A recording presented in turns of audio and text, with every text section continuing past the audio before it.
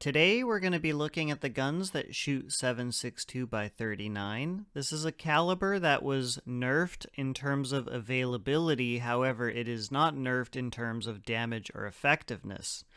So BP ammo used to be very easily accessible. You could just buy it from the traders. It has been changed this wipe to being craft only. So because of that, nobody has this ammo anymore. And there's definitely not psychopaths out there with 10k plus ammo storages of BP. Because who would do that, right? That's weird. No, why would you do that? This has reduced people spamming the RD704 and Mutant in every single raid. However, those weapons are still unbelievably good. And once you do craft BP ammo for these guns, they are extremely effective. Here are the weapons bought and built. I have used these weapons across many wipes. However, this most recent session of testing has taken place after the vertical recoil changes that Battlestate Games did on 4/16/2023. That means this video is up to date, at least for now. We'll see how long that lasts. The honorable mentions in this category are the VPO-209 in 366 and the VSS and AS VAL in 9x39. Now that we are living in a recoil-reduced world, I feel the individual stories of these weapons are a lot less important, and guns basically fall into one of two categories now. One, it is good and you should use it, or two, it is bad and there's no reason to purchase or use these weapons pretty much ever. That being said, I am still going to talk about the individual stories of these weapons because I feel that's the spirit of this series, so let's get into it.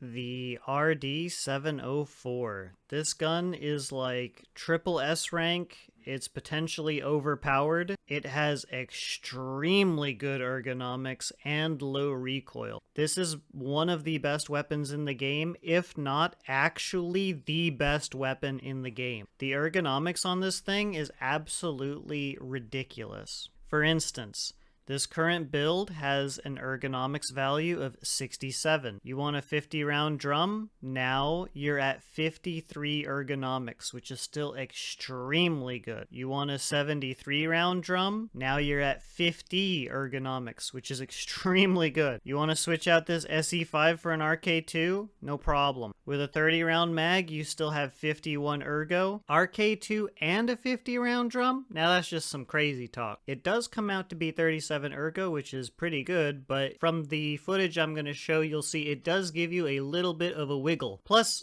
I don't think it's completely necessary, because even with the SE5, the recoil is still extremely good.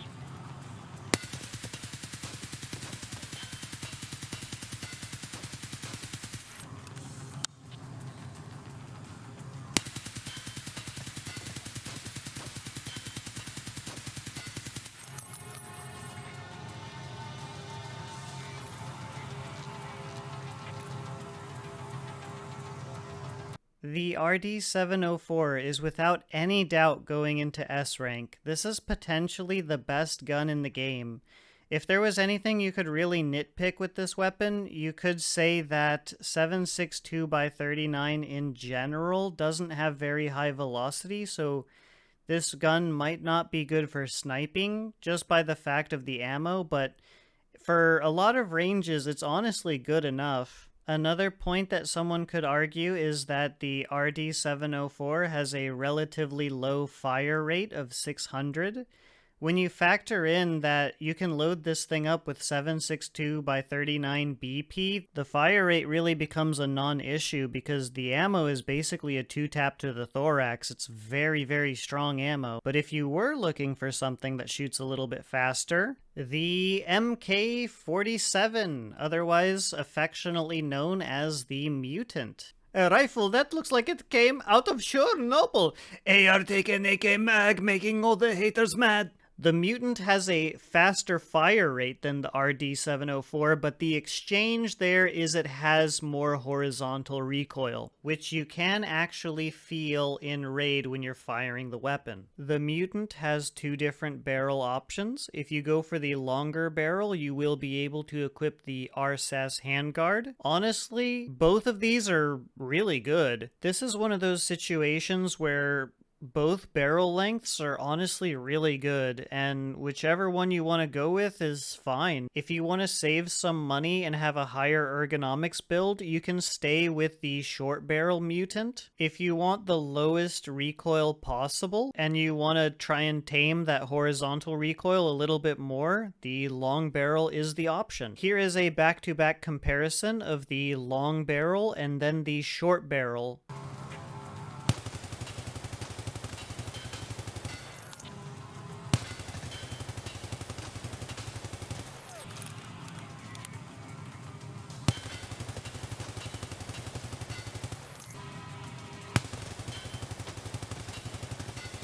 Last thing to talk about when comparing the Mutant to the RD704 is that the Mutant is actually more expensive.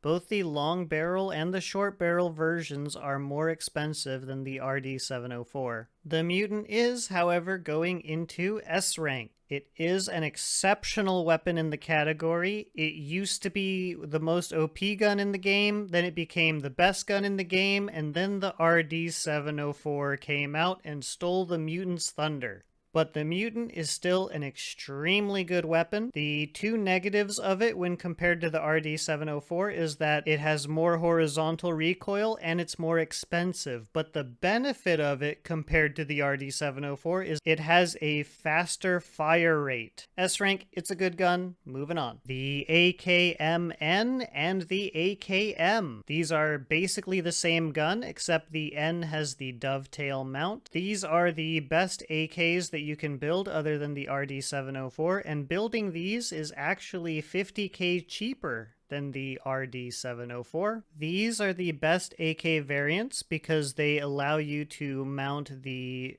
Zhukov S stock, and with the AKM 308 adapter, you can add the PRS QDC suppressor, which is the best recoil reducing suppressor, and that's why these are the best AK variants in the category, if you don't include the RD704 as a, AK variant.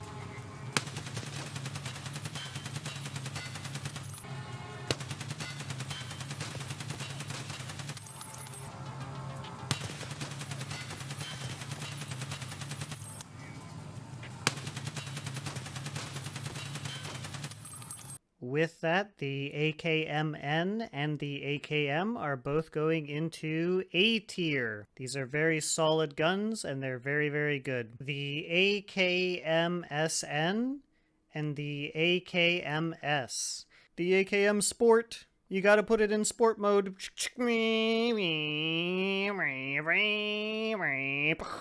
These are the folding stock AKs, meaning you cannot replace the stock for something better, but you can put a little bit of a recoil pad on it, which is pretty good. These AKs do let you equip the good suppressor, so that's why these are ranked higher than the others. These do, however, feel quite a bit sloppy, and I would rank them probably below the average of what I'm expecting for this category.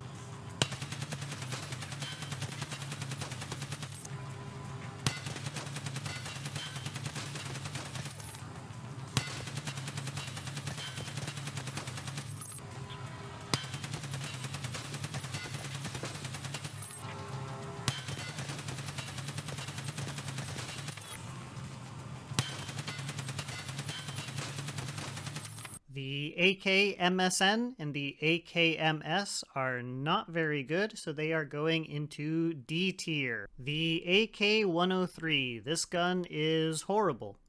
You can put a PT stock on it, which is better than the stocks from the guns we were just looking at. However, the problem is not the back, the problem is the front. You cannot mount the AKM 308 adapter does not go on this AK, so you cannot put the better recoil reducing suppressor on this AK, and that is what makes this one horrible in comparison to the others. This is very messy to shoot, it's very wild, and I don't recommend it.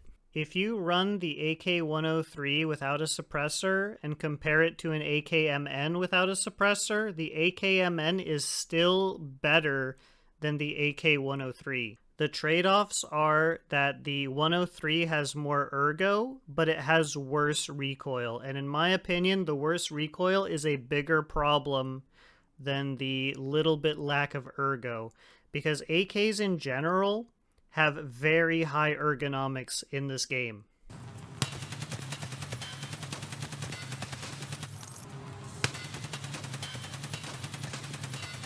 So the AK-103, unless there's some kind of muzzle device that I don't know about, the fact that you can only mount a bad suppressor on this makes it a very bad weapon. So it is going into E tier. I do not recommend it. The AK-104. Remember what was bad about the AK-103? Same problem with the AK-104. You can only mount a bad suppressor onto the front of it, so it has quite dramatic recoil. This is made even worse by the fact that this is a short barrel AK, meaning you cannot add the Troy handguard. You have to go with the Zenitco handguard. This has the worst recoil control out of any full auto in the category.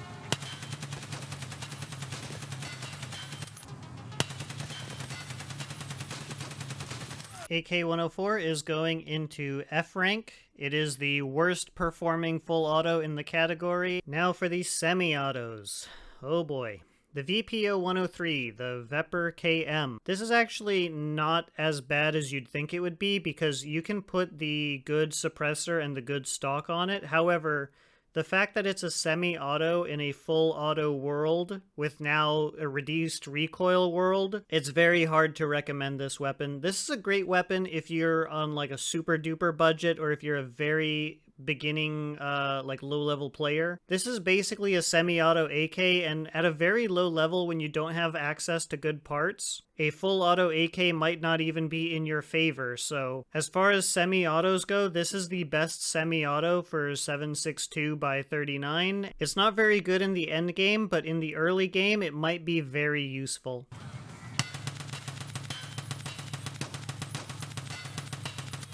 Even though this is a semi-auto, I am putting it into E rank because it is the best semi-auto in the category, and the AK-104 is, well, it has full auto as a crutch, but honestly, it's a terrible weapon. Is this better than it, even though it's a semi-auto?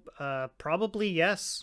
The OP-SKS and the SKS. A lot of players have a nostalgic fondness for these weapons, and these weapons definitely fit that post-apocalyptic world kind of feeling. Something about these weapons is just, it feels really immersive. Like, you feel like you're really in, like, a survival situation when you have one of these weapons. It's hard to explain. It really is like a sense of nostalgia, probably from, like, DayZ or WarZ. But anyways, nostalgia aside, in the current version of the game, these weapons are horrible. I have a nostalgic soft spot for them, but they are not good. Both of these suffer from having far too dramatic recoil that makes them very difficult to use in any sort of like spamming situation. The difference between the OP SKS and the SKS is the OP SKS has a dove mount, which lets you mount a rail so you can have some sort of optic. With the SKS, there is no way to mount an optic. The best you can do is mount something on the front Picatinny rail. So right now I have it empty, and now we have mounted to it an EOTech. If we're comparing the OP SKS and the SKS without the mount, no way to mount an optic, it's even more trash. Because not being able to mount an optic in this game is extremely massive. So the OP SKS is definitely the better version. However, they both still suffer from having very dramatic recoil that makes them very unpleasant to use compared to the other semi-auto that we were just looking at.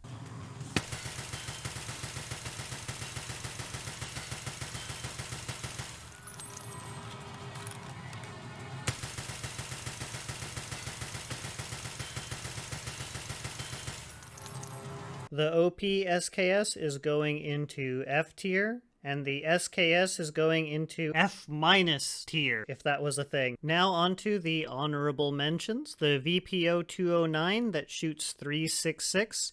I will never complain about the SKS having a lot of recoil ever again, because this thing is in a whole nother universe of recoil. This thing has so much recoil, it's ridiculous. It's just, this gun is so silly. I just don't understand. Fun/interesting fact about this gun is this is a gun that does not have a rifled barrel. So barrels have this swirly pattern on them that's called rifling to allow the projectile to spin when flying through the barrel, or something like that, some kind of science.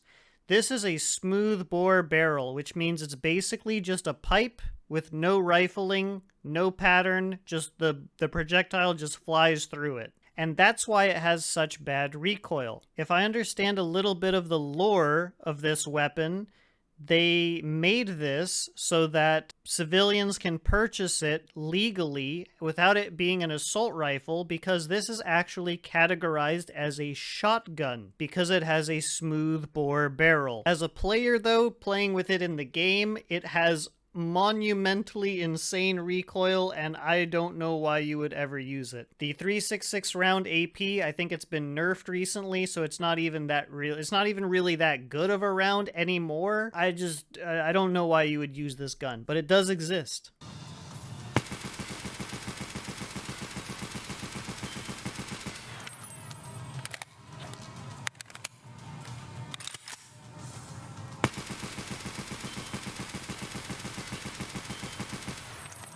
So VPO-209, this is going into F rank. It has just way too much recoil to be useful in the current version of the game after the recoil reduction patch, where full auto guns are absolutely laser beams. This thing does not compete with any of the laser beam full autos, so this is just going into F rank. Speaking of those laser beam full autos, the VSS and the AS VAL. I love the VSS. I have used it in many different games, and it is one of my favorite guns that I've encountered through gaming. I was literally famous for using the VSS in Battlefield Bad Company 2, and now in Escape from Tarkov, it's been buffed. Now here's the very realistic negative about the VSS and the AS VAL. When you're putting bullets through these guns, they absolutely destroy their own durability. These guns lose durability faster than probably any other weapon in the game. I cannot think of any other weapon that loses durability faster than a VSS or AS VAL. They just destroy themselves when you put rounds through them. Another realistic negative of these weapons is they overheat very quickly.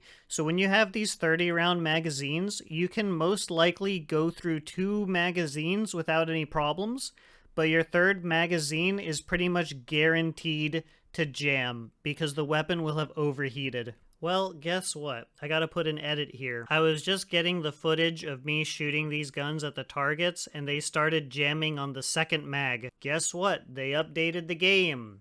Durability burn is now higher than it was before, so these weapons will now overheat worse than they were before. So now instead of jamming on the third mag, they will jam on the second mag. So that's very annoying. With the negatives out of the way, here's what's positive about them. These guys are shooting rounds at 900 RPM. And these are not weak rounds. SP6 is comparable to 7.62 by 39 BP, and they're flying out at a rate that's super fast compared to the AKs. Like the RD704, that has a fire rate of 600. These guns, the VSS and the AS VAL, they're shooting at 900. They're faster than an HK416. And these are very, very spicy rounds. These rounds are not a joke. These rounds might chew up durability and heat up the guns super fast, but they're very spicy. I really like these guns, but they are definitely not S rank because of the durability burn and the overheating issues, and also these rounds are extremely effective at close and medium ranges too, but they have very bad velocity for longer ranges. If you're thinking about sniping with a VSS or AS VAL, you're probably in for a bad time because these bullets have extremely low velocity. A velocity of 305, that is not good at all for sniping. What this means is when you're sniping at a target, there will be a lot of bullet drop. So you will need to aim a lot higher above them for the bullet to arc to hopefully hit your target. In general, I don't think it's worth mastering the bullet drop over just choosing a different gun that shoots different ammo for the purpose of sniping. These weapons are extremely effective in close range and even mid some kind of ranges.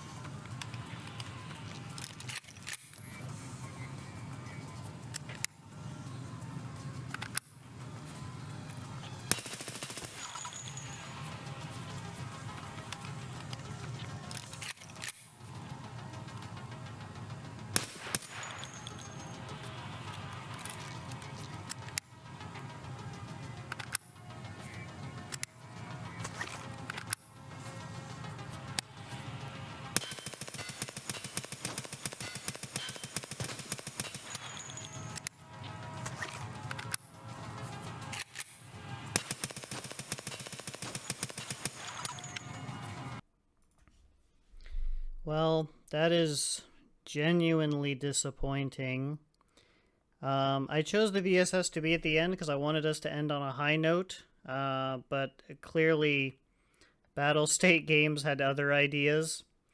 Thank you, TarkovChanges.com, and thank you, Logical Solutions, because thanks to you, I'm able to find out that this change to the durability burn and the heat modifier, it occurred at 7:30 a.m. PST today, April 24th. So literally over the weekend when I did testing, and then today they've changed it. There you go. The VSS and the AS VAL, they now overheat to the point where they're pretty much garbage and you can't really use them. So does that mean they still go in B tier like I was thinking? No, probably not. That's funny. I was actually thinking about putting them in A tier. No, they're definitely not A tier anymore now that they overheat like this. It's funny, like after just using them, my brain automatically just forgot that I even put them in A tier. I was like, oh, they must be in B tier, right? No, I put them in A tier, but now they're... Do they go C tier? That seems pretty reasonable. But they